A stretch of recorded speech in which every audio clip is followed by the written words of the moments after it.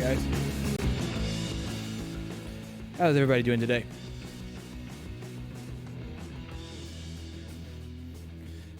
All right. Now that we got that done, how's everybody doing today? I hope everybody had a great day today. If not, hopefully we're going to about to put a nice smile on your face because we have some decent news. Yeah, it's news nonetheless for us. So let's go ahead and get started with it. First thing that is going to come up for today is that broke about 3.5 hours ago. It's going to be that Colton Herta. Now, we all know, some of us do know that Colton Herta has been driving in the Rolex 24 as a BMW fourth driver for, I believe, the number 24 car. Well, now he's going to be driving for Turner Motorsports with the likes of Bill Auberlen, which is personally my favorite driver. So, yeah, he's going to be driving with Turner Motorsports for their 400th start with the brand. 400 starts. Can you believe that? 400 starts with BMW. The only other team that has that many starts is the Schnitzer team, also with the BMW team. I mean, the Schnitzer team goes back from the 90s and maybe the 80s. So he's usually the fourth driver when it comes to the endurances for the team for the endurance races, but he's going to be with Bill Auberlen, Robbie Foley, with the two full-time drivers when it comes to Turner Motorsport. And it really begs the question as to where the BMW team, the actual factory team, is doing. Because if he's having to go to Turner, maybe the factory BMW team will be going bye-bye. We'll be saving off for a year from sports car racing. Maybe for something bigger. Who knows? But he is going to be going to the Turner Motorsport program. I don't know if it's for the whole series or if it's just for the 24 hours of Rolex, the Rolex 24.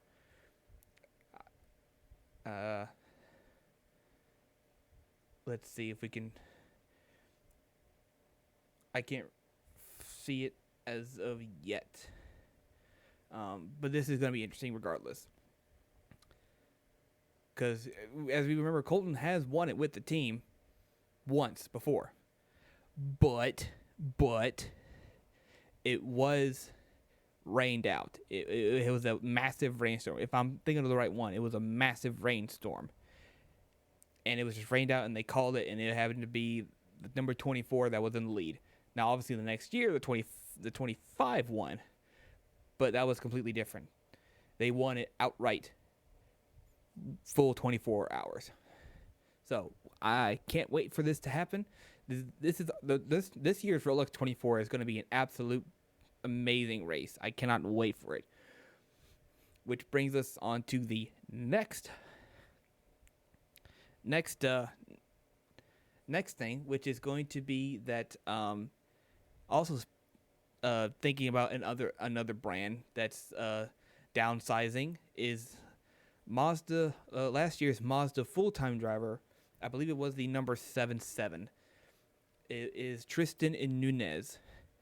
Nunez, however you say his name. I've gotten to meet him once. I've actually taken a picture with him. I have. He is actually going to an LMP2 team, whether it's a full-time, actually yes it is a full-time season drive with newly formed Win Autosport outfit featuring staff from K2R Motorsports. He has been in the IMSA WeatherTech Sports Car Championship for a long time. He's, like I said, he's been there for 6 years in the DPI class. because we all know he's been in the Mazda class for the most recent of years, and they, as we all know, Mazda has come up, and they've really started to prove themselves at being a major threat to win races. Um, so this is going to be definitely interesting. I can't wait to see them. I love LMP2 races. They're always close. They're always amazing. But I will say, from what I can see, we have a lot of LMP2s in this Rolex 24. There's going to be a lot of good races. A lot of good internal races, stuff like that, in the midfield pack kind of area. I'm curious to see who's actually going to win this instead of, the PR1 Matheson. Which, don't get me wrong, I'm a big fan of Matheson, but we need more LMP2s. Plain and simple. I love LMP2s. So another piece of sports car news that broke out a couple days ago that I kind of speculated on, but with a different brand, is that because if you remember, this was before Christmas when I said it, that the WeatherTech Ferrari, I said that it was going to go into the GT class, the GTLM class. Well, no, the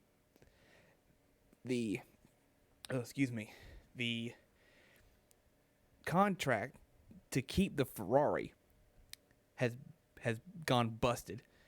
It doesn't exist anymore. So they've ended up buying one of the Porsches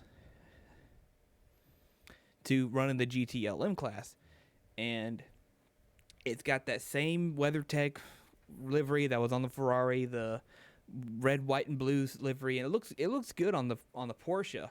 I thought it looked good on the Ferrari. I wish the Ferrari would have kept going on. The Ferrari would have done real good, in my opinion. See a mid-engine battle between a Ferrari and the new Corvette, the new mid-engine Corvette. Finally get a test of which is better on the track, spec for spec. That would have been an amazing race, amazing battle. See which one would come up strong. So the driver lineup hasn't changed for the team. As far as Cooper McNeil has, as far as the driver lineup has, he's obviously the main guy. So it is sad that the Ferrari couldn't come up, but we still have more competition rather than it being a one-horse race. Potentially. So, I hear noises outside my window. I'm not going to go check it out. So, our next piece of sports cars news is that... Where's it at? It's right here. Is that Kubica. Robert Kubica. He will join in the Rolex 24. His debut at the Rolex 24 with high class racing. Of course, it's another LMP2 race. You're starting to see a theme here. LMP2 racing is starting to become really, really popular. One, it's the cheapest out of the top class, and there's just a lot more of it. It's more accessible. So, he's going to be joined with Ferdinand Hansberg and team's regular. If I screw this up, I'm sorry. Anders Fjordbach and Dennis Anderson. So yeah, those are going to be the 4 drivers for this LMP2 team, and we're all going to keep an eye on it because it's got Robert Kubica in there. A lot of us can't wait. It's going to be exciting regardless, because like I said, it's going to be a lot of LMP2 races in this Rolex 24. How many has anybody kept count of the LMP2s? Because I think there's probably about, if I'm not mistaken, there's probably about 7 or 8. I could probably look that up real quick. So, I'm going to keep that right there. Probably not gonna stay, but my phone right here on my soundboard because there's gonna be the typical the Cadillacs and the Acura, the one Acura. No, the two. There's gonna be some Acuras. There's gonna be some Cadillacs, and there might be a Mazda. I still haven't heard anything about the Mazdas, as far as I know of. DDD. What do I want to look for? Events. Let's do the Rolex, and we're gonna do. No, I don't want to buy a ticket. I don't have the money for it, nor do I have the. Quite frankly, I don't have the time, sadly. No entry list, with 13 days to go. Come on now. So, sadly, I can't look up the entry list for you, but it's gonna be good. Good GT3 racing and good LMP2 racing, and I assume a good DPI racing because, yeah, there's celebrities all around. It's celebrity year in the Rolex 24. It really is. So, believe that's kind of it for the sports car news. Anything in the IMSA news, at least IMSA side. We talked about how Glickenhaus has partnered up with Yost and Sauber to help set up their team. I guess work out a few glitches here and there, but again, they are not going to be in the season opener at Sebring, sadly. So they will be starting at the 6 hours of Spa. All right, so actually, here's something interesting for some IndyCar fans. It has to do with Castro Neves, actually. Enter Europol finalizes lineup. So it sounds like Castro Neves is going to be driving in the Sebring race, the 1,000 miles of Sebrings, in an LMP2.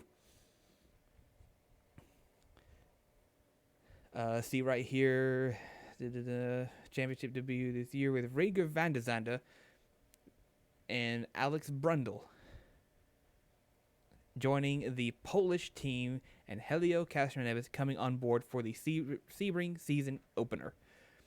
Double 24 hours, double Rolex 24 at Daytona winner Van der Zande and European Le Mans Series front-runner Brundle will share the number 34 Orca 07 Gibson with blah, blah, blah. So, interesting stuff. I figured that he would be waiting for his time at IndyCar now that he doesn't drive for a sports car. I believe. Perhaps he's bored. I don't know. But hey, if he wants to race, go for it. More action, more fun for us to watch, and more stuff for us to commentate, opinionize, and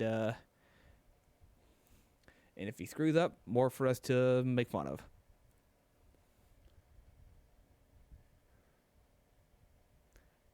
That's all. I think that's about it for the sports car side of the day. NASCAR.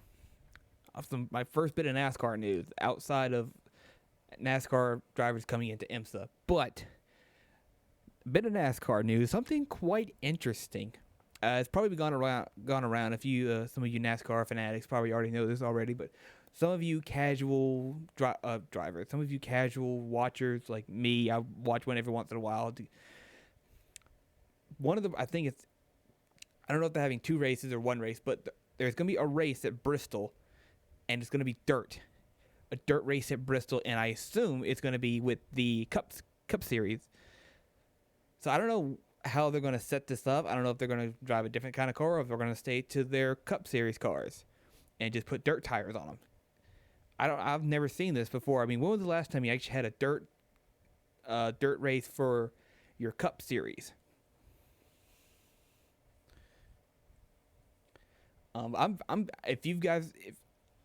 If you guys know of a dirt race for the Cup Series, let me know. Tell me how it was. Was it fun to watch? Was it terrible? Was it? I mean that's about it. Was it fun? Was it terrible? How long ago was it? Was there ever a race like it? Uh, Definitely let me know. I'm very curious to see how this goes about. There we go.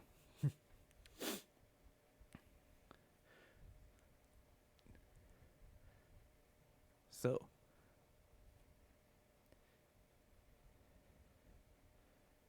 let's take a look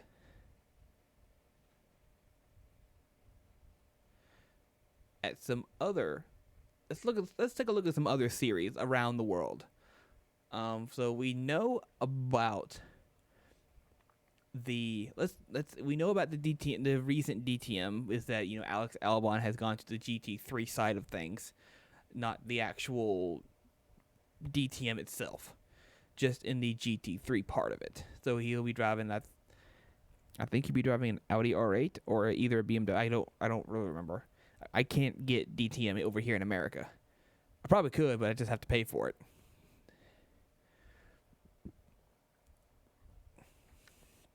Uh, let's see.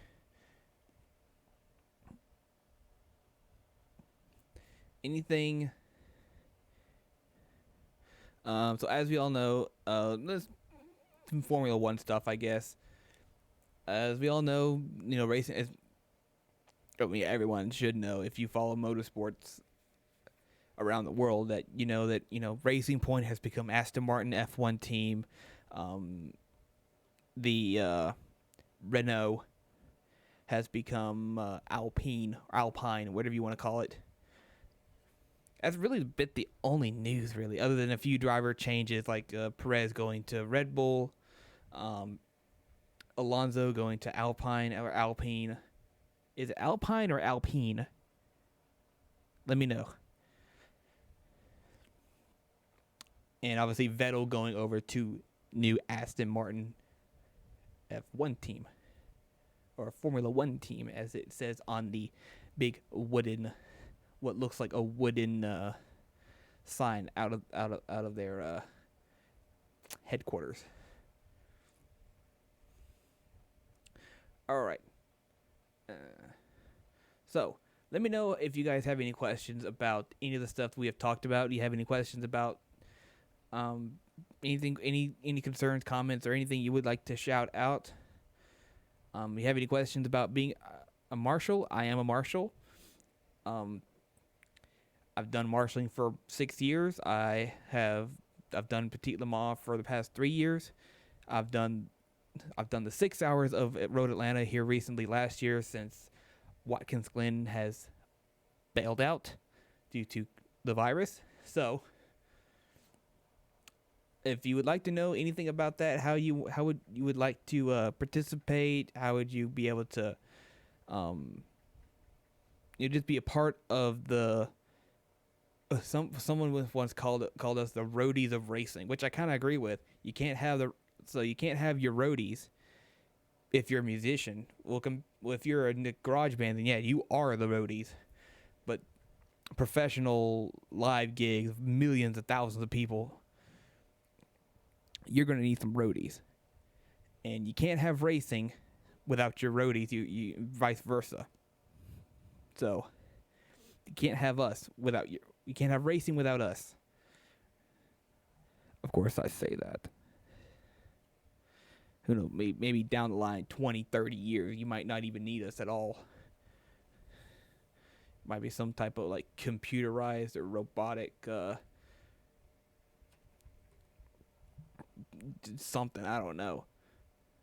So, but yeah, feel free to ask me any questions. I'm fairly knowledgeable in this stuff. I've been through just about almost any situation you can think of. Ooh, that's about to come off. So it looks like nothing has really gone on besides the stuff I've just talked about. So I'll go over some of that stuff here soon again once the hour comes back up. As till now, I'm going to try to find some more stuff and some more series around. Because instead of just talking about IMSA, WEC, Formula One, IndyCar, we need some more spice in life because there's more racing out there. There's a lot more racing out there. For instance, Trans Am. Now, I like Trans Am. A lot of people. I've actually went to the Trans Am race over in Road Atlanta. I haven't marshaled it. I might one day, but I like to go watch it. It's definitely something to go watch. Now, obviously, with this year being the way that it is, 2020, the way that it was, I should say, that there was a lot less people racing and a lot less people there to spectate. But hopefully this year we can get things start get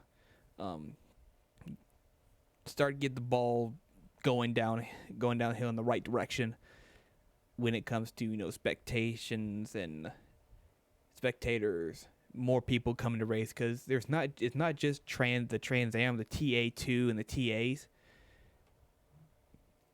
You also got your smaller races, obviously. Then you got your vintage races. You got there was a Miata race. It was about all 11 of them. All 11 of those little tiny go-karts just buzzing about. Not much happened, to be honest with you, because they were all spec Miata races. But you might have a few mid-change pads because someone overbraked and clipped a corner the wrong way and went off. But you got your vintage, your Miata races, and you got your GT3 races that was there, and you kind of like your mixed classes that they have there. It was all good racing, don't get me wrong. But since they had a double header there, they combined the GTS, GT3, GTX or something like that, TA, and then TA2 all in one race, and I believe that was on a Sunday. And from my understanding, that was an amazing race. I think the winner of it was actually the Liqui Moly Mustang, and I believe it was driven by Chris Dyson. And if you remember that name, you have obviously been watching ALMS and the beginning of the merger between the Grand Am and ALMS. So yeah, he's still racing, just over in Trans Am in a Mustang with Liqui Moly on it. No, sorry, it was the Plaid, the Plaid Mustang. Sorry, it wasn't the Liqui Moly, it was the Plaid.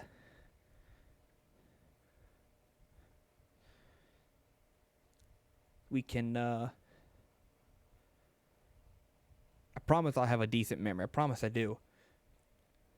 So, anybody have any questions? Anything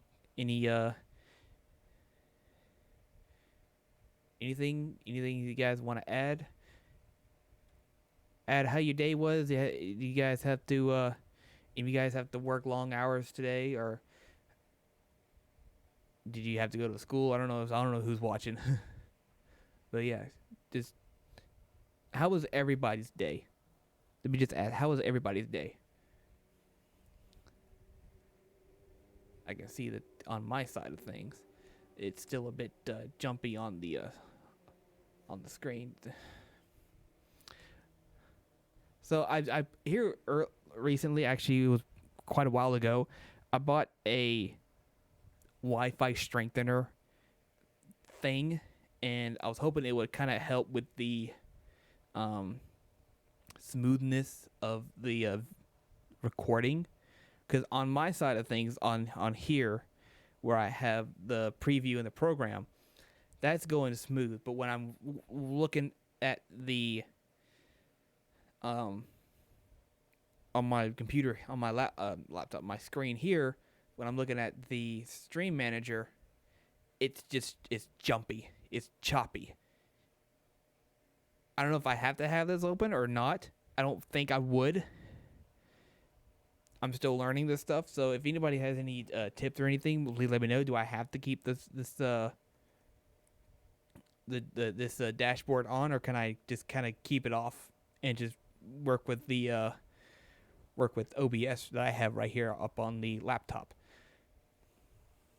Please let me know. Please. So it is 6:56, January the 8th, 2021, and just about 4 minutes till we recap what we talked about earlier today. I'm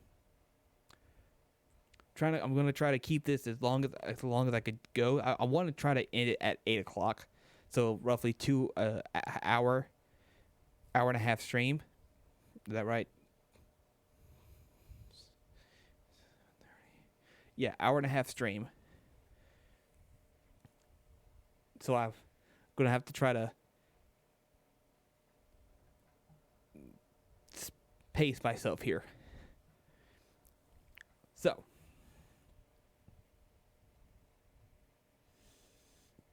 all right, I got a question for you all. I got a question for y'all. In the number of years that racing has gone on, what has the let me take this picture of Colton Herta off the screen. He's been sitting there a lot.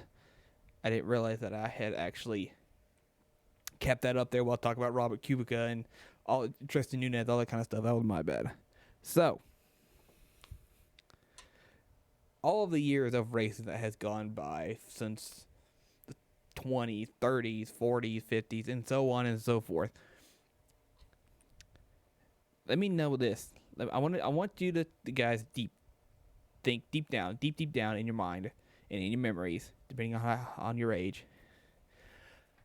I want you guys to tell me why, in a couple of words, and what and why is your favorite race car of all time. I want to know this from you guys. It could be from any era, no matter what. What is your favorite race car?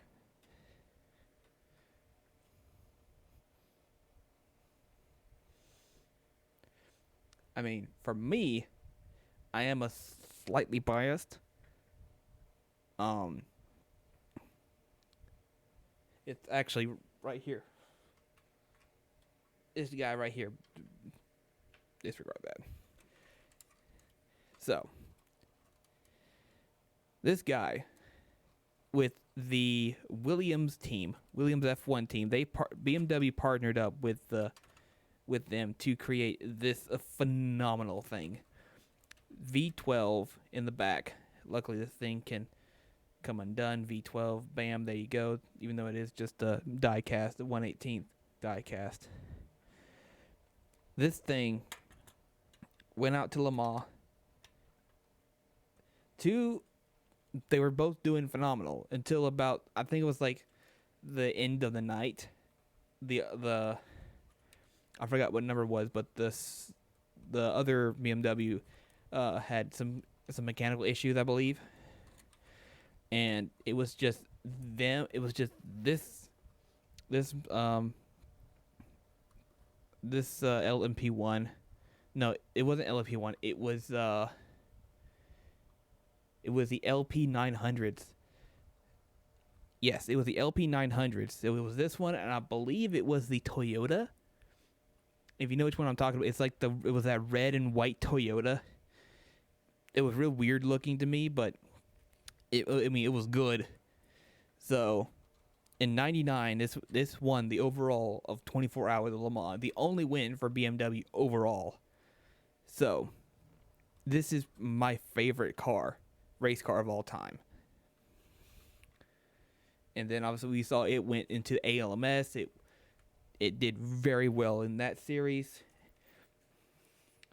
Which even with that being in that series, there was plenty of other fantastic cars. You had your Acura LMP 900. You had your Ferrari LMP 900. Oh, that you had your Cadillac in there as well. You had a lot of good LMP 900s back then. Of course, you had the amazing Audis. Yeah, the Audis R8, both of them, one yellow one and one red one. And it seems like always the red one would always win, and the yellow one would just come in second or third. So, I think if I had to give my opinion on which era is the best out of all of them, it would have to be the early years of the ALMS. I mean, obviously, because I'm here in America, I'm going to be biased towards that because I haven't seen the the Intercontinental Le Mans series, which obviously had I want to say it had that Porsche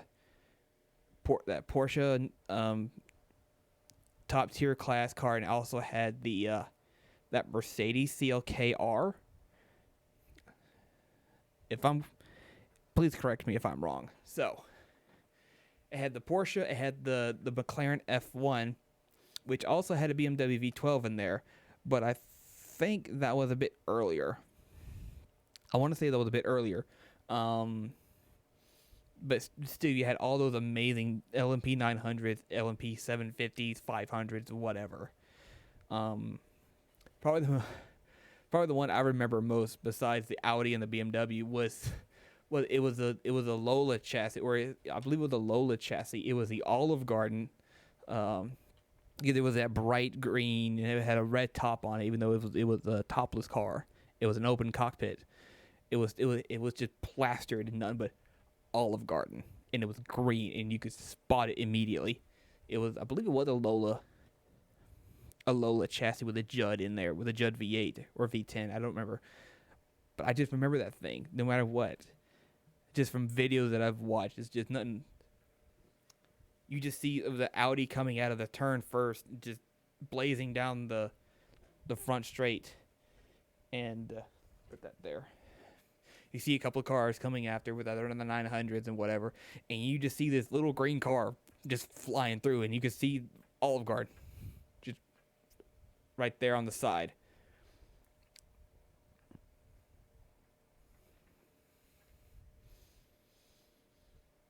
And also, too, again, another part of me being biased is probably my favorite GT car, which I don't have a model of it. But it was during that time, it was the M3 GTR. It was the E46 one, the GTR. Now, there was a bit of,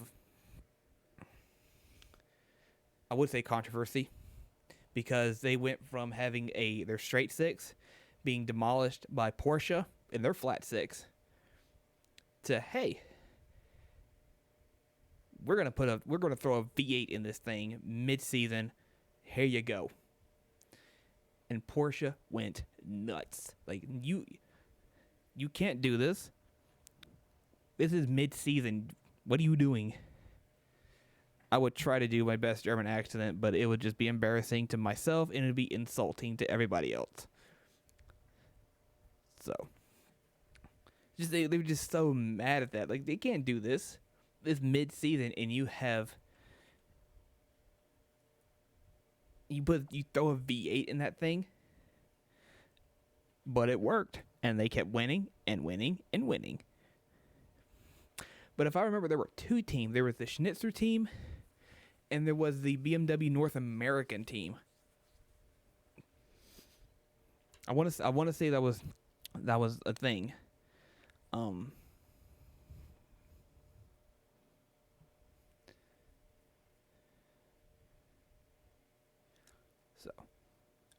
But yeah, I want to ask you guys that. What was y'all's favorite time period of racing? It could be a series. It could be exist now or no longer exist, or it could be an era of racing.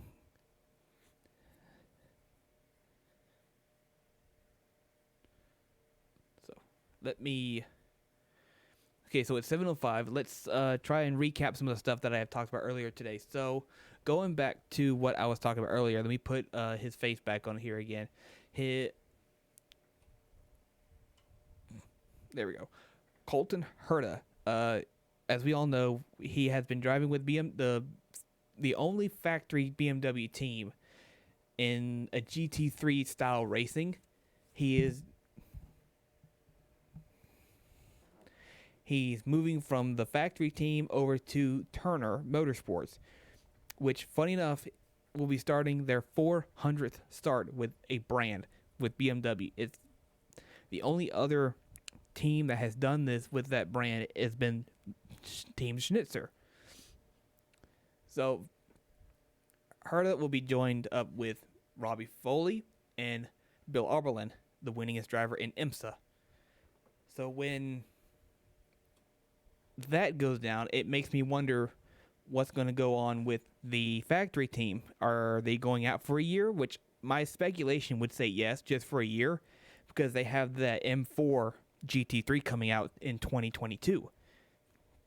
Maybe they're going to test it out to get things right before they just throw it into the Lions Den. Potentially. So, that's going to be good news. Now, we're going to go on to the next thing, and I'm going to make sure that I do this right. Take his face off and continue talking instead of just having his face up there for 30 minutes. So, more news in sports car is that Helio Castro Neves, will be driving in an LMP2 car in WEC, which is the World Endurance Championship. And he will be driving with, what is it, Inter Europol, the racing team. He'll be the fourth driver, which is going to be, it's usually their endurance driver is always going to be their third or fourth driver, depending on how long the race is. So this is going to be at the 1,000 miles of Sebring, which is going to be the season opener for the WEC. So I guess I thought he kind of wait until his IndyCar start would come up, but I guess he got bored and said, "Hey, let's do some more LMP2 sports car racing," which I'm all for. I love LMP2s. So next on the what's happened here? Oh, okay. My tabs got mangled up. So now let's go on to the Proton Racing, Proton Motorsport Team, whatever they're called now. So I said earlier on last year that actually it was a bit before Christmas that the WeatherTech Ferrari we all thought was going to go into the GTLM class because they lost they were losing two of their brands. So it's just going to be Corvette driving, and it'd just be a one-horse race. It'd just be between the two. But now, I believe a contract fell through with the Ferrari and WeatherTech, so now they bought the Porsche, one of the GTLM Porsche cars, and now that car now wears the WeatherTech red, white, and blue livery. Now, I don't know if it's full time. I believe it would be, but it's going to be the same drivers as the Ferrari team with Cooper McNeil, Richard Lights, Kevin Estra, and Gianmaria Bruni. Gian-Marie Bruni. If I've screwed that name up, I apologize.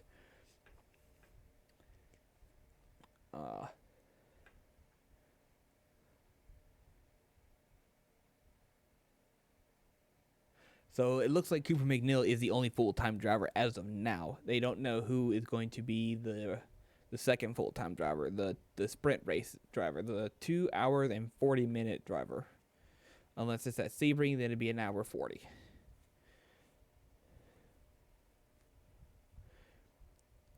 So it's good for the GTLM team, but in my opinion, we do need to go to. Don't you dare come out. We do need to go to a 1 GT3 class. Everyone can go for a win, and it'd be more brands that would want to go out for the race, go out for the total overall win in GT, rather than just putting it against pros and amateurs. Which I say amateur, they're pro amateurs, but either way. But it's good for us. We still get some competition, but I believe it's just a one car effort from this team.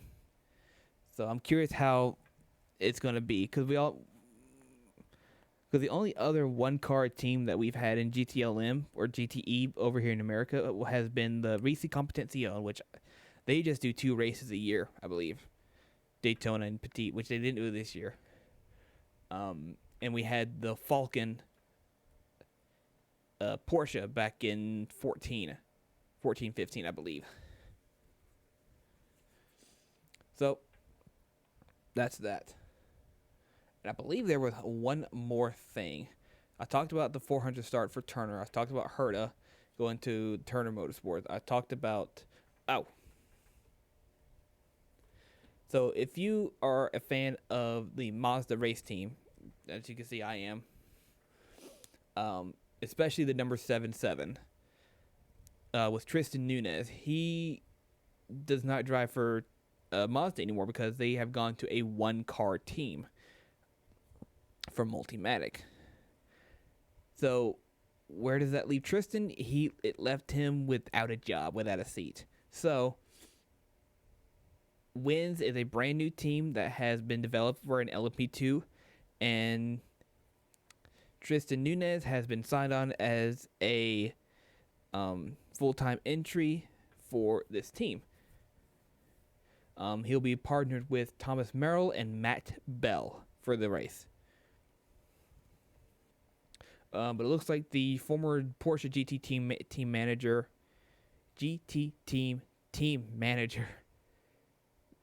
Michael Harvey, will oversee this operation. So, a good winning team boss, to say the least. But hey, I'm excited for this. I love LMP2. I love LMP2 races. They're always close. They're always fun to watch.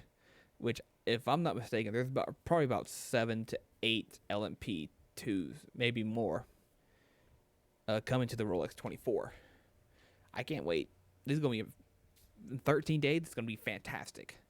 Which, in 13 days, that'll be the Roar before the 24, so that'll be the testing.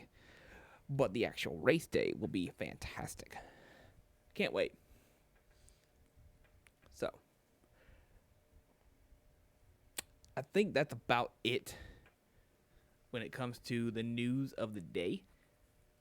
Hopefully we will have something breaking. Then I can actually use a slide that I have. I guess something that I could talk about real quick, something brief. Another NASCAR driver is going over to the road racing side of things in America. Austin Dillon is going over to an LMP2 drive. I can get the article real quick. Real quick. Where is it at? Let me go over to... Here we go. So he will be joining the RWR Eurasia LMP2 team for the Rolex 24. So he is a Daytona 500 winner back in 2018, but he's also the one that had the massive wreck, where it sent him careening end over end, basically rotating on top of each other, just into the audience. Now, thankfully, the catch fence did its job, and it was at the end of the race. But he has won it. He has crashed in it. He was on the good and the bad side of it. So, but now he's going to do an LMP2 tryout of this, and we'll get to see how it feels to go 200 miles an hour around the banking. Not on the straights, but around the banking of it. I never thought of him as being a road racing driver, but, what do we know outside of NASCAR? So maybe he likes road racing. Maybe he just happened to get into the NASCAR side of things and thought, yeah, this is my chance. Maybe it'll open doors. Hopefully, it will open doors for him and he can go into sports car racing. Who knows?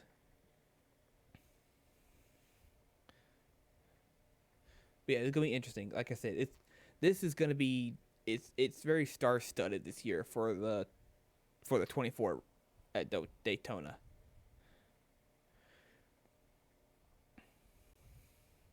Now, I thought I saw something kind of interesting.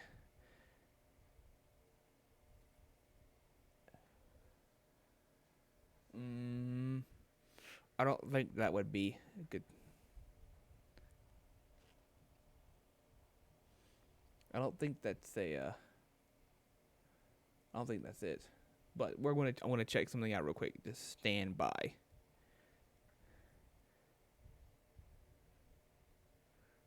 Uh. Let's see this. Okay, no. How about no, no, no? All right. So, with that being said, I would like to have everybody's. You don't have to if you don't want to. How any opinions about anything that I have said as thus far about Herta Turner having his 400 start, Castro Neves doing LMP2 racing in the Sebring, or Austin Dillon going into LMP2 racing, or just anything that I have said. Hey, got any questions about doing a bit of marshaling? How you can participate? How can you learn? Anything, any questions, comments, or anything really would be great. I hope everybody's doing having a fantastic day or night, depending on where you're watching.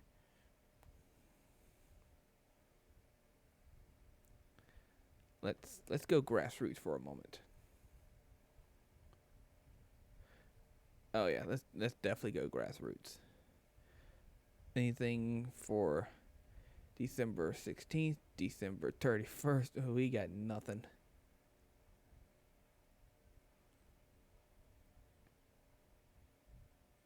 Hmm.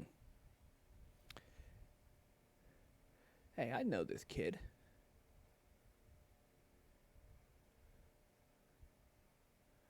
Oh, good for him.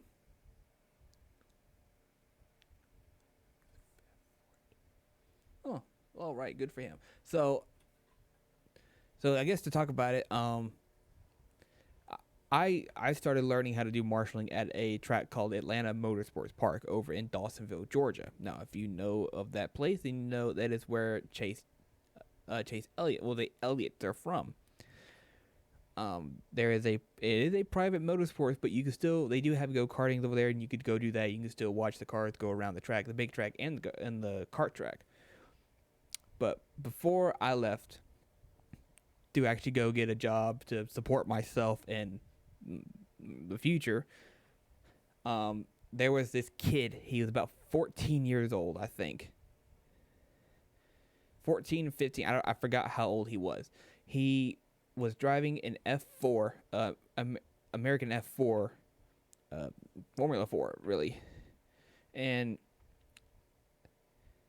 he's from Velocity Racing, which is kind of like it's from what I understood, it was a joint thing for British, uh, this British guy and American drivers. This guy's name is Hunter Yaney. Um, I saw some potential in him when I was marshaling, because if you know anything about marshaling, I was always in the pit out, turn one or pit out area, and he was always he always sort of questioned how did he do, how did it look and stuff like that. Um, I mean he's always did great. He had issues with um pressing the clutch in when he spun. He never quite got it. But then I guess he just learned to not to spin, which that'll fix the problem. But it looks like He is the youngest F4 champion, which, hey, good for him. I know the guy. He's a good guy. I don't remember him having long hair, though, but that's been a year, though. But hey, good for him. I have some photos of him driving. I have some photos of him driving. Um, yeah, I do have a photography page if you would like to check it out. It's 46 photography. It's on Instagram if you guys want to check it out. I'll try to have a link in the description whenever I can, because usually I'll put this on YouTube to keep it for archived. So, looks like from what I can read, he said Yaney's title success came by leading 79 laps in 15 rounds, finishing the season with 8 wins, 6 additional podium visits, and 1 top 10 finish. Which, if I remember, the guy that was teaching him to drive, he was a hard ass. I mean, he was hard on him, which it paid off. He's a F4 champion. Now he just got to go up and continue. Yeah, even said it right here. Gainey will have a small break before jumping right into the FR Americas testing with Velocity Racing Development at its home base at Atlanta Motorsports Park. So yeah, I'm very happy for him. Very happy for him. He's a good kid. Congratulations to him. Good job. All that stuff. So, let's continue on going grassroots. See if I can find anything that's new to me that's gone on. It's probably not news to anybody.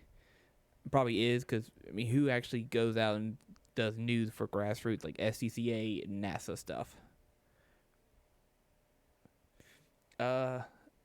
Just anything that looks sort of interesting that I can kind of get a peek at.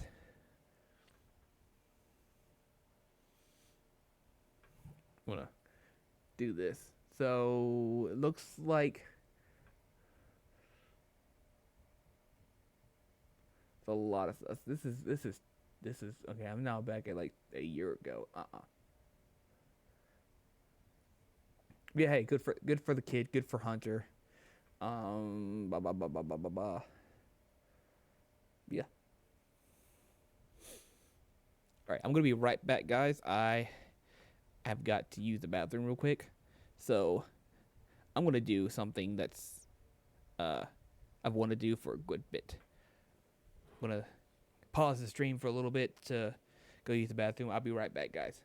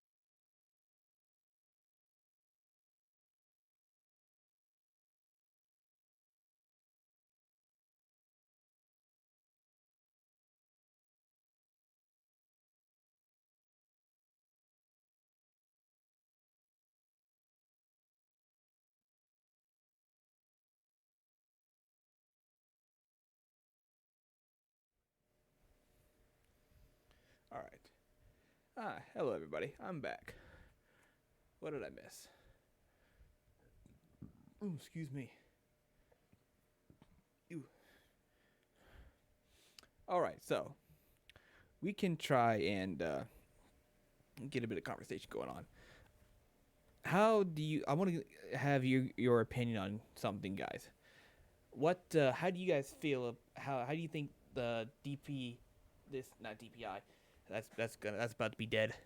Um, I guess when it comes to LMH and LMDH, how do you think that's going to fare when it comes to who's going to be more successful, really? Because you guys know my opinion on this. Let me hear y'all's opinion on this. How do you guys think what do you guys think? Who's going to be more successful?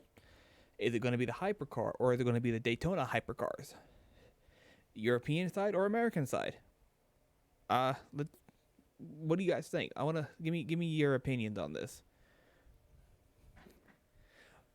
Well, I guess to give it some time, I'll tell you a little bit how I feel about it. So, again, I'm not trying to be biased, but it is a better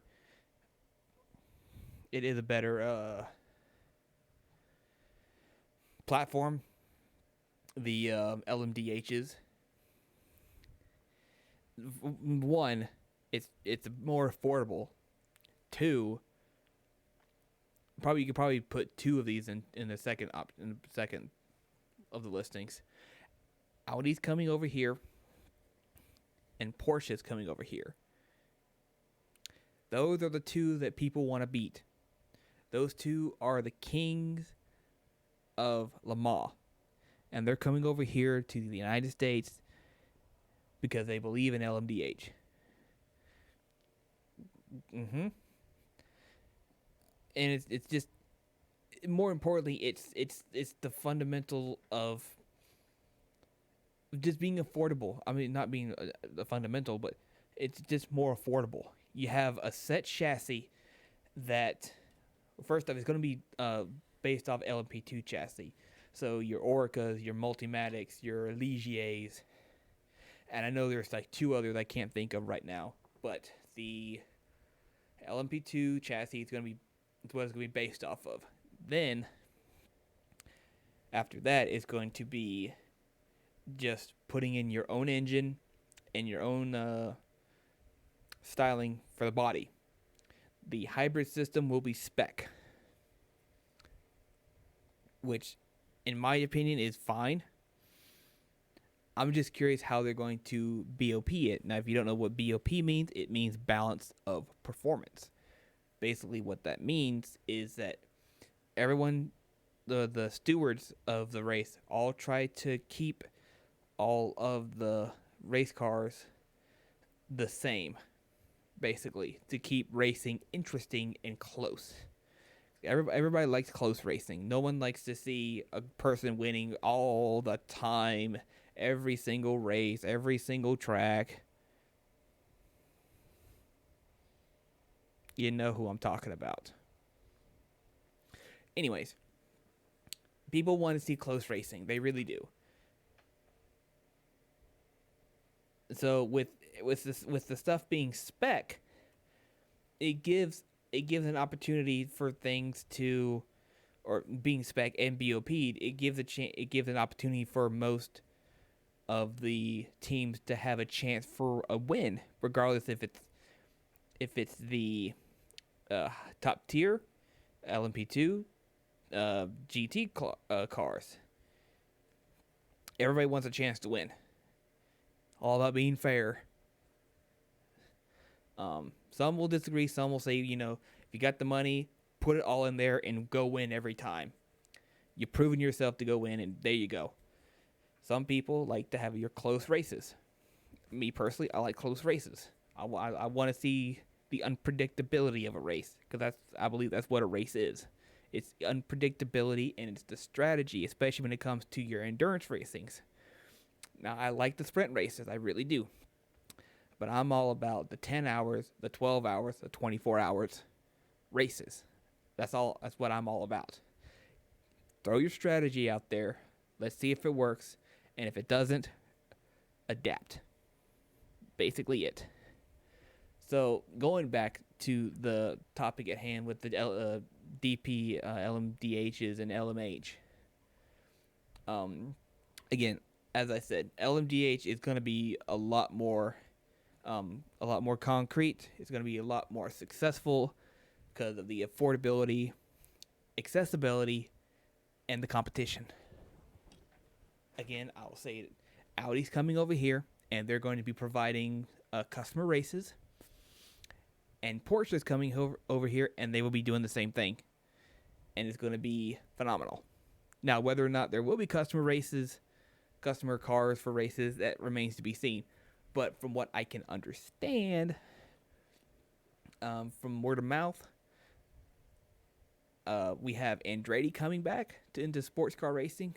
And I've already talked a little bit about this in a previous video, but I guess I'll talk about it some more.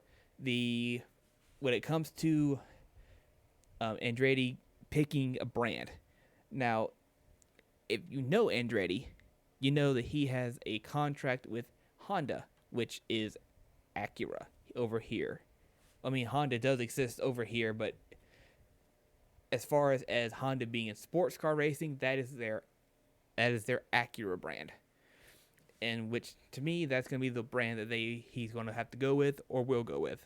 Because he has a contract with Honda, and Honda is Acura, and Acura is Honda.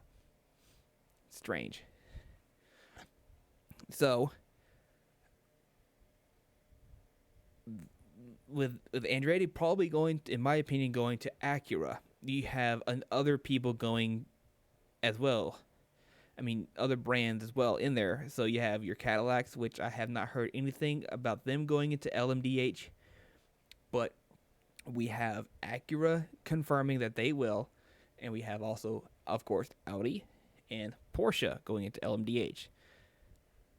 I would like to see Cadillac going into the LMDH. They probably will because they're pretty committed to the IMSA side of things. They've constantly won probably about 70% of all the races, 80% of the IMSA races since they moved over from the Chevy Corvette DPI to the Cadillac DPI. So, I mean, I would like to see all of the brands that are in here now, like Mazda, of course, Acura is in Cadillac, to go into LMDH. But the money has to be there. And like I said before, it's the affordability and accessibility. But that's still a lot of money to throw out, or to throw down.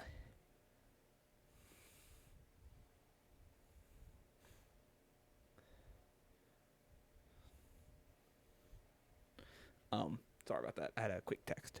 Where was I? Oh, yeah. You still have to throw down a lot of money for this. They have the money, because really right now the only factory team for Cadillac is Action Express. Because if you do follow the IMSA sites or the IMSA news, it was Wayne Taylor, but they have recently moved to Acura, or one of the Acuras. And as we all know, my mind completely with Meyer Shank bought the other Acura because Penske had it. The Meyer Penske racing is going to be interesting to me because obviously he does have his IndyCar team, and he owns the Indy race series, and he's done a good job. But his sports car team, that's something interesting, because if you remember back in ALMS, just towards the end of ALMS, he had a Porsche RS prototype.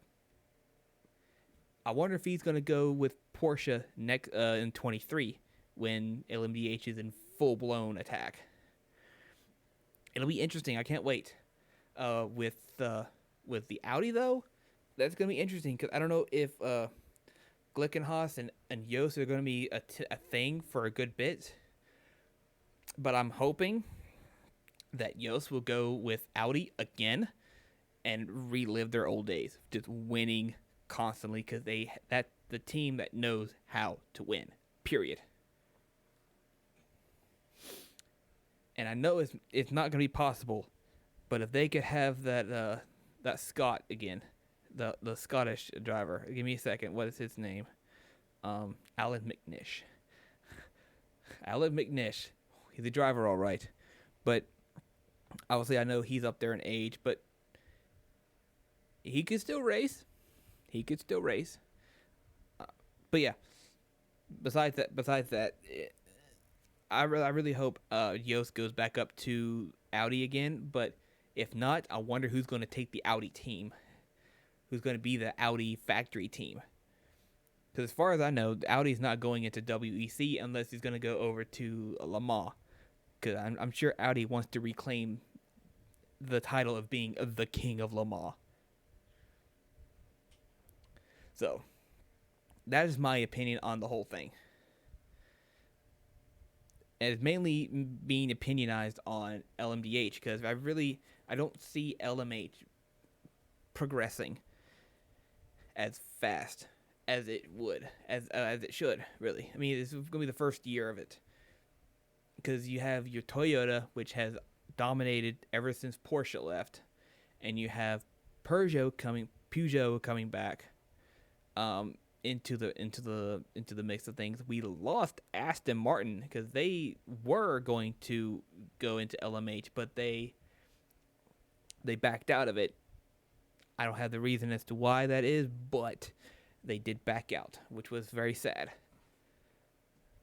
Then we have Glickenhaus, and we had somebody else. I can't remember. I think there was like a third, fourth, fifth team. I don't quite remember. But I think with enough push from brands, especially with, again, the affordability of it, LMDH will become the one top tier race series to be in. That's all I have to say. So,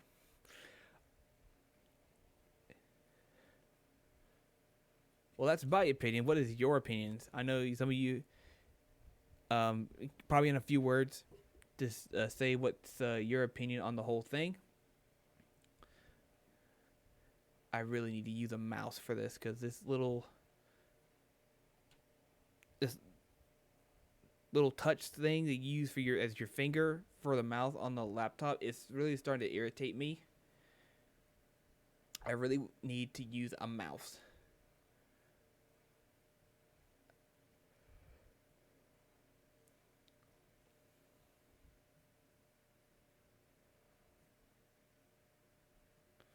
So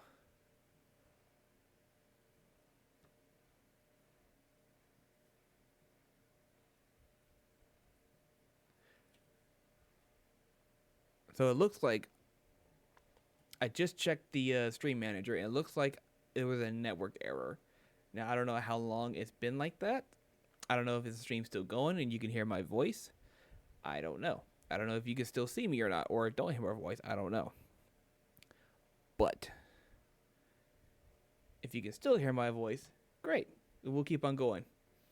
If you can see and hear me, then we'll keep on going. If not, we'll have to end it here because I can't fix this. This is an internet problem. And again, I guess the little Wi-Fi stick isn't helping. Cause I'm curious if I actually have to keep the stream manager on. Just keep the stream manager up because I have my chat right here in OBS. I'll have to definitely have to look that up.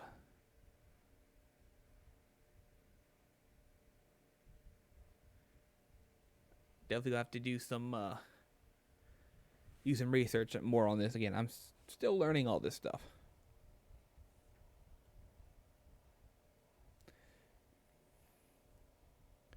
Well, we got 20 minutes till the end of the stream, so I'm gonna keep on going because it says the session's still going. It says that I'm live, and it says live and excellent. on the. What did I do?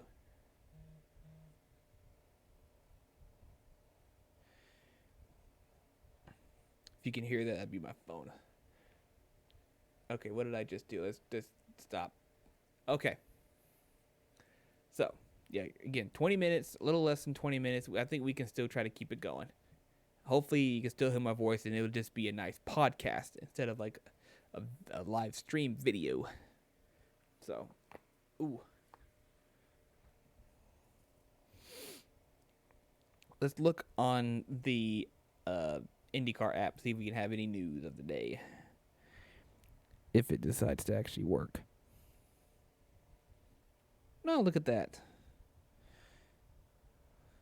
No, thank you on that. Next. Next. Done.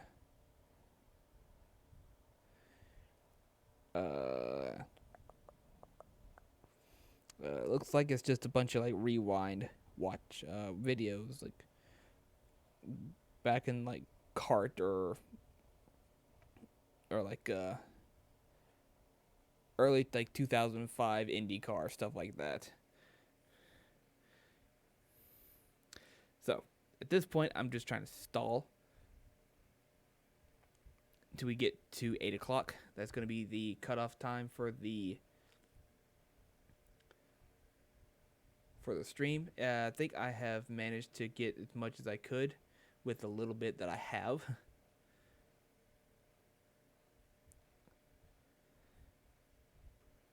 Actually, let's take a look at the Acura livery. The Meyer Shank unveils 2021 Acura livery.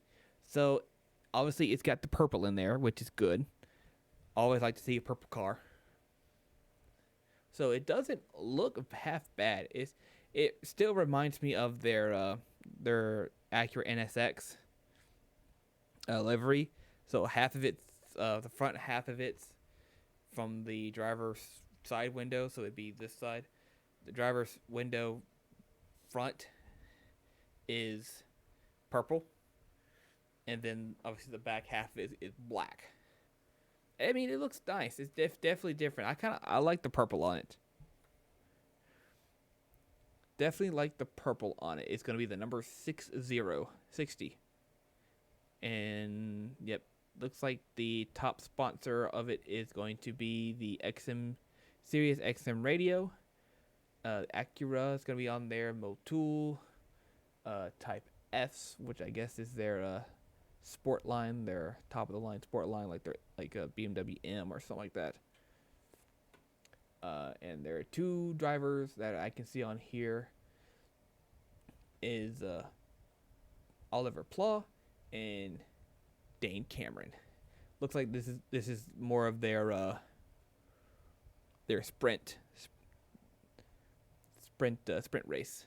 Oh, and Auto Nation. Cannot forget the Auto Nation, huh? Cannot forget the Auto Nation. So it looks like that is going to be it. So, again, if you guys have any questions about anything that I have talked about on the video, please let me know. I'll be more than happy to answer any sort of questions best as I can. Any questions about marshalling, I'd love to answer any questions about it. I want to try to get more people into it, especially younger people, into marshalling, because we really do need younger people. The ones that I have worked with are aging. A lot of them, especially now since the virus came through, has wiped them out. A good bit of them out. And we were struggling at this petite. So, again, any questions at all I will definitely answer as best as I can about anything.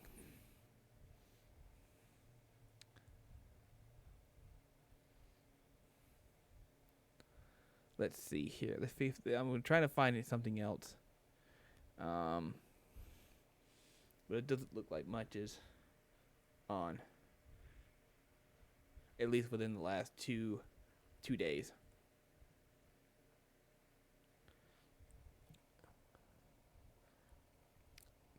Let me see. Oh, this is racer. Yeah, racer. Be fine.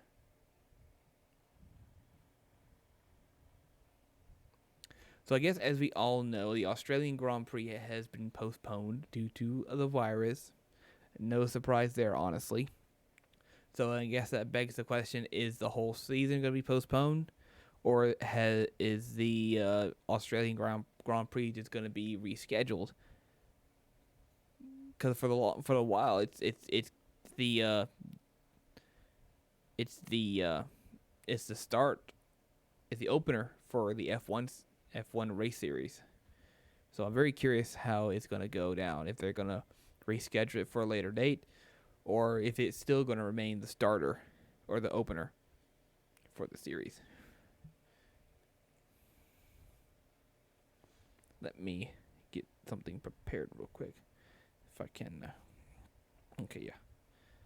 Go ahead and get something started just in case there's an ad. And of course, there's an ad. It's a Mazda ad. Come on. Come on. Come on. There we go. Right. I'm professional. Professional streamer right here. So.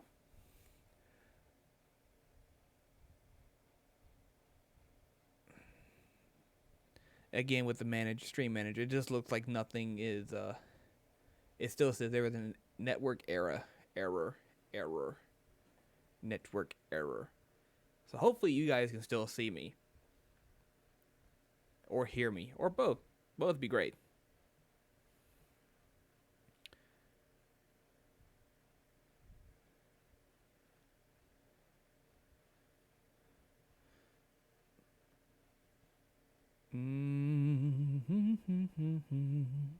So it looks like that's going to be the actual end of it. Not much to say after all of that.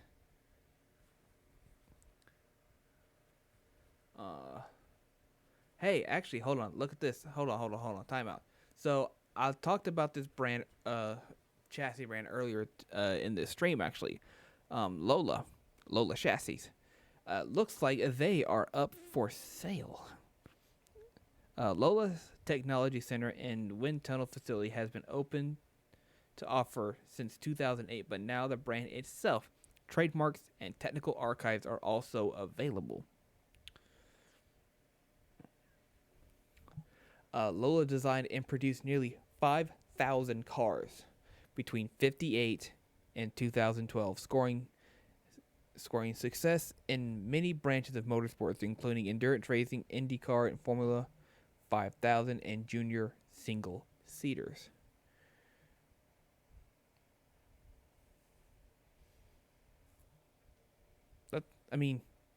Lola hasn't been really a major player in the last in the last decade.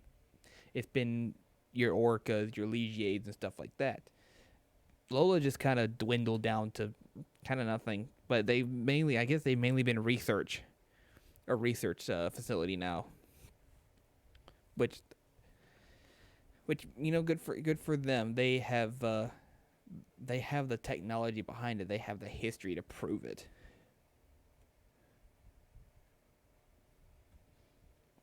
So yeah.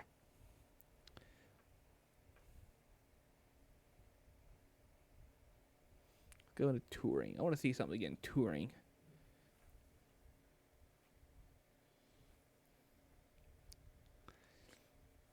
Looks like nothing. Oh, well, hold on. Everything's just loading. Nope.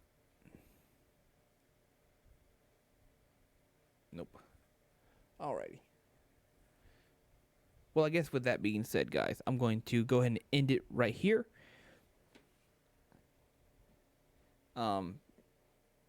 Yeah, that was the news of the day. Hopefully some more stuff. I can't wait for the Rolex 24, and I'm sure most of you guys can as well. Is going to be the starter of the year when it comes to racing. So, with that being said, I hope everybody has a good day, good evening, good night, wherever you may be listening, watching, or if you can actually see me at all. Hope you guys have a good day. This has been the Marshal's Take. I will see you guys next time on, I believe, Monday. So, have a great day. Have a great day, guys.